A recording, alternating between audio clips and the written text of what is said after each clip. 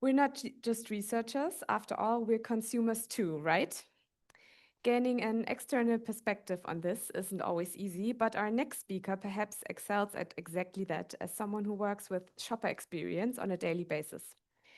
Felix leads the shopper experience unit at iSquare, specializing in understanding consumer behavior at the point of sale, both offline and most importantly also online. With extensive experience in implicit and behavioral research methods, he assists brands in optimizing their digital strategies and enhancing conversion rates in e-commerce. Felix also frequently shares his insights at conferences, so does he today. And by this, he's thriving in collaborative environments. Today, he will show us how the sandbox elevates shopper research to new heights. So, Felix, we are all ears. Welcome on stage.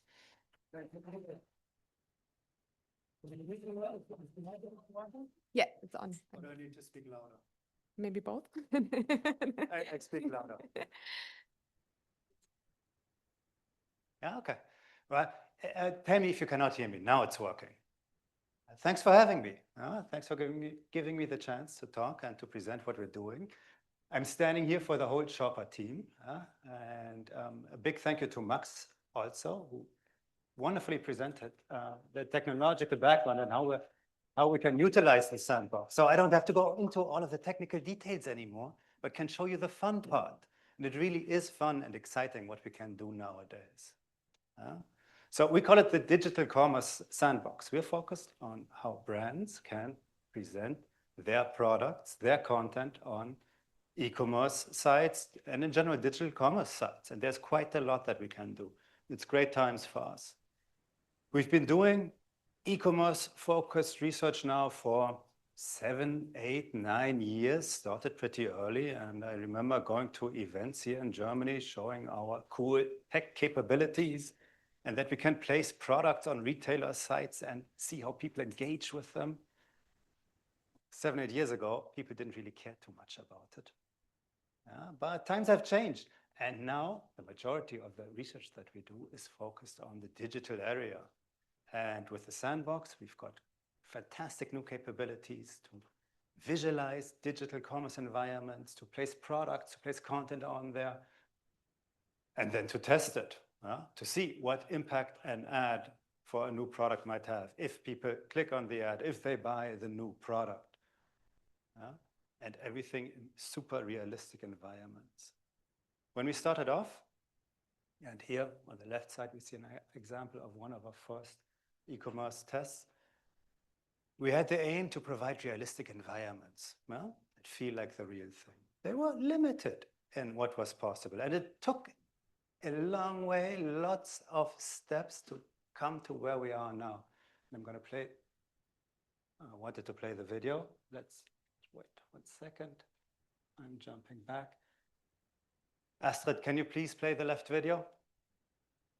Yeah, it's at Amazon site, first site that we built, and people can enter something, shampoo, here in this example, and they see a product list afterwards. Everyone sees the same product lists. We place all of the products in there, configure the digital shelf, and as soon as somebody clicks on a product, task ends. So we record what people add to their cart. Very basic. And now, Astrid, if you could click on the other video, the sites are a lot more interactive. We have everything under control. People can browse up and down. We can place ads on them.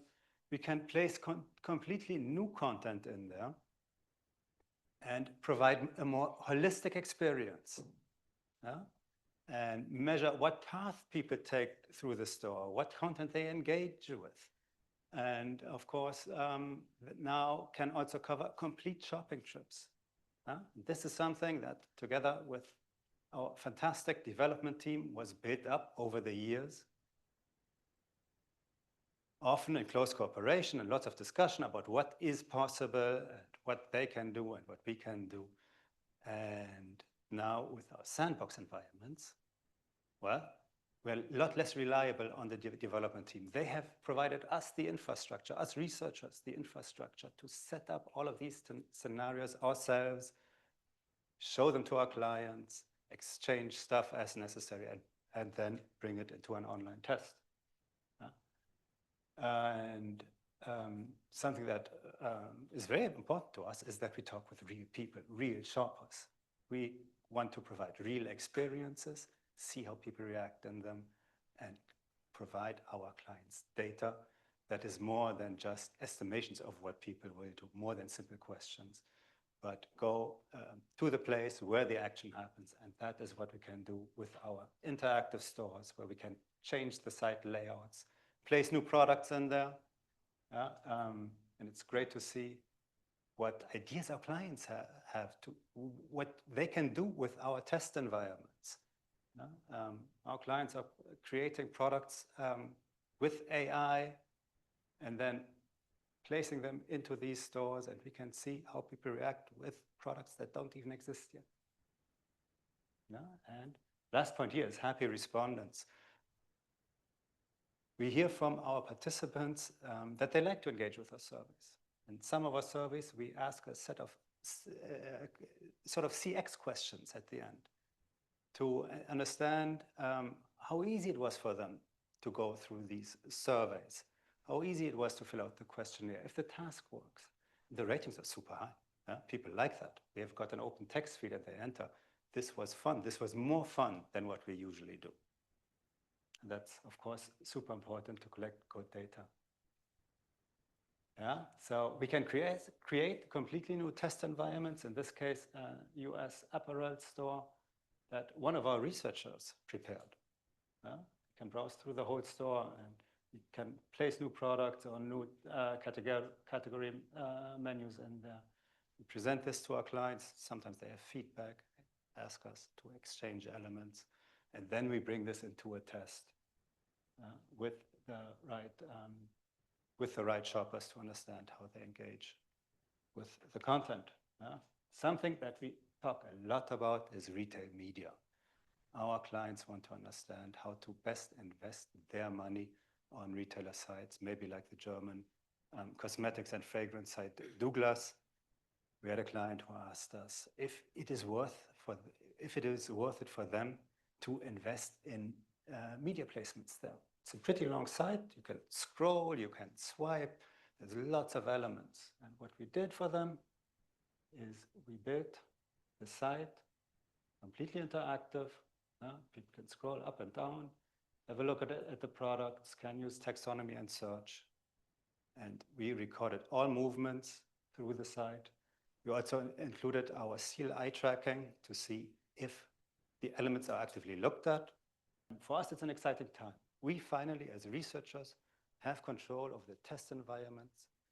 It's a lot easier for us to prepare these scenarios for our clients.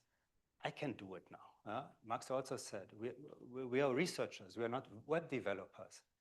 And our dev team has given us the capabilities to now experiment, to try out new stuff. Astrid, can you play the video, please? And here, just a very quick example of what I do when I've got some time to fill. I prepare scenarios, I search for my favorite candy brand, can place in a new product, and put in content. Something that is easy, that is fun. I can get creative at times, and also gives me the chance now to point out that there's an exciting session coming up together with Amara from Mars, where we get a bit more concrete on what kind of research we do and why we do it. Thank you.